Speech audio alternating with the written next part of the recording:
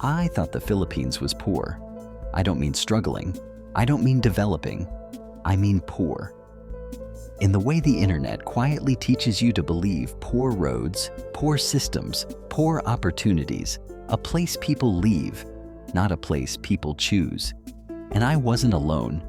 This idea didn't come from nowhere.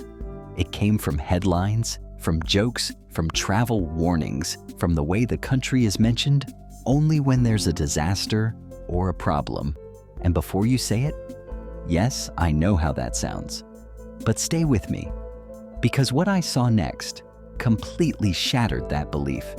And by the end of this story, you'll understand why so many people who visit the Philippines leave embarrassed by what they assumed.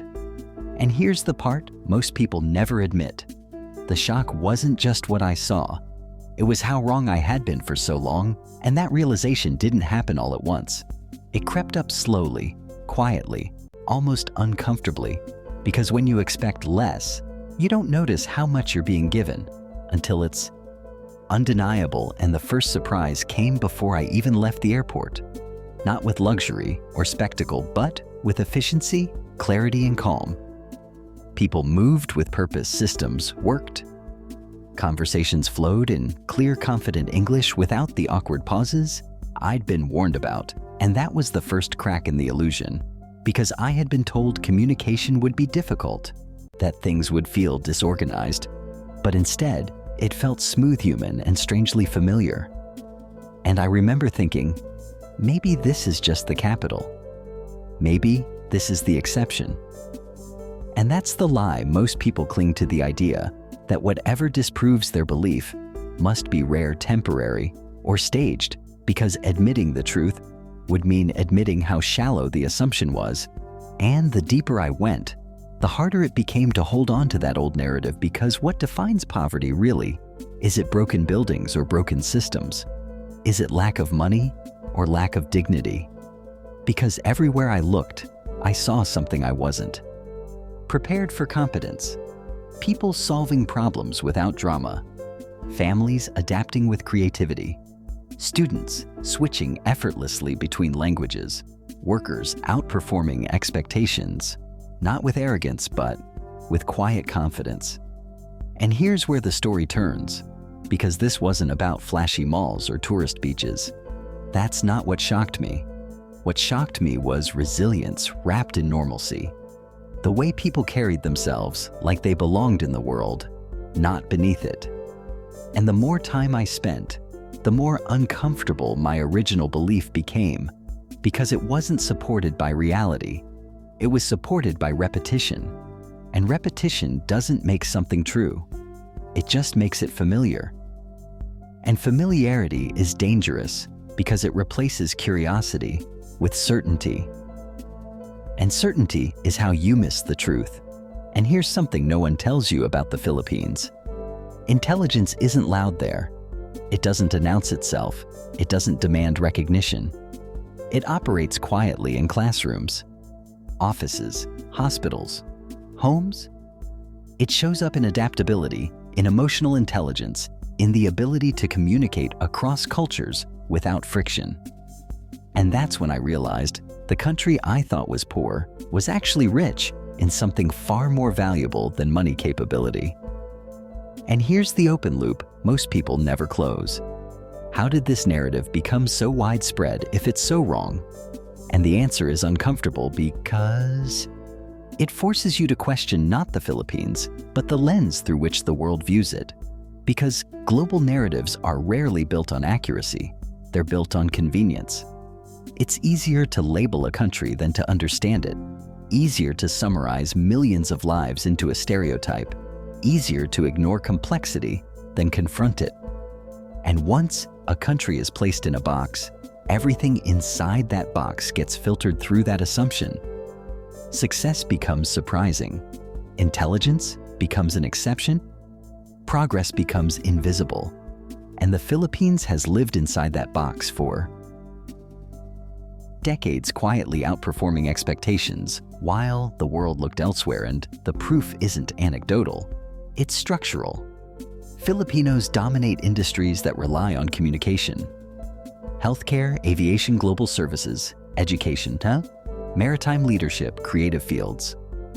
Not because they were given advantages, but because they adapted faster than the systems that underestimated them.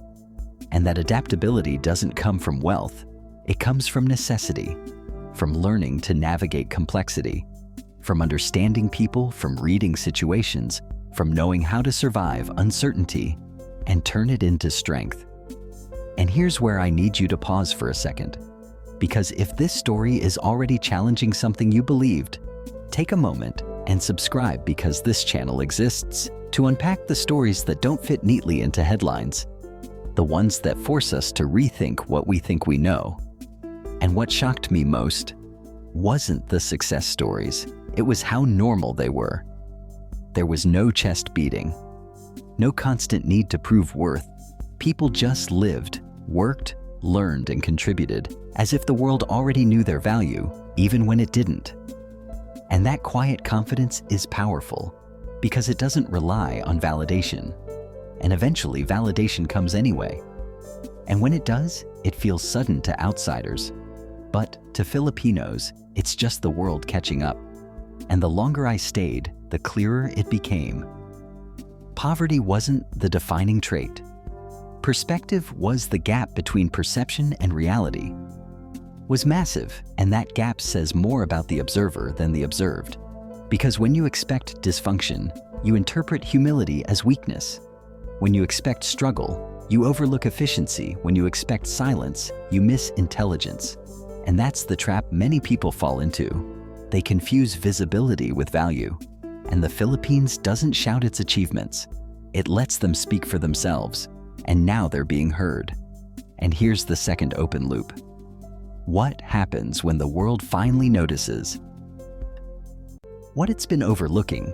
And we're already seeing it: companies quietly restructuring global operations around Filipino talent, international institutions choosing Filipino voices to represent clarity and neutrality, travelers rewriting their expectations.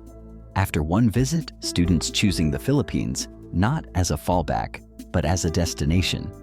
And each of these moments chips away at an outdated narrative and replaces it with something more accurate, more uncomfortable, more honest. And by the end of my time there, I wasn't shocked by what the Philippines was. I was shocked by how wrong I had been taught to see it. And that's the hardest part of this story, because it doesn't allow distance. It implicates you and me and anyone who ever reduced a country to a headline or a stereotype. And here's the truth. The Philippines isn't poor. It's undervalued, and there's a difference. Poverty limits potential, undervaluation hides it. And once you see that, you can't unsee it. And if this story made you question a belief you've carried without examining, that's exactly why this channel exists. So, subscribe and stay with us. Because the most important stories aren't always the loudest.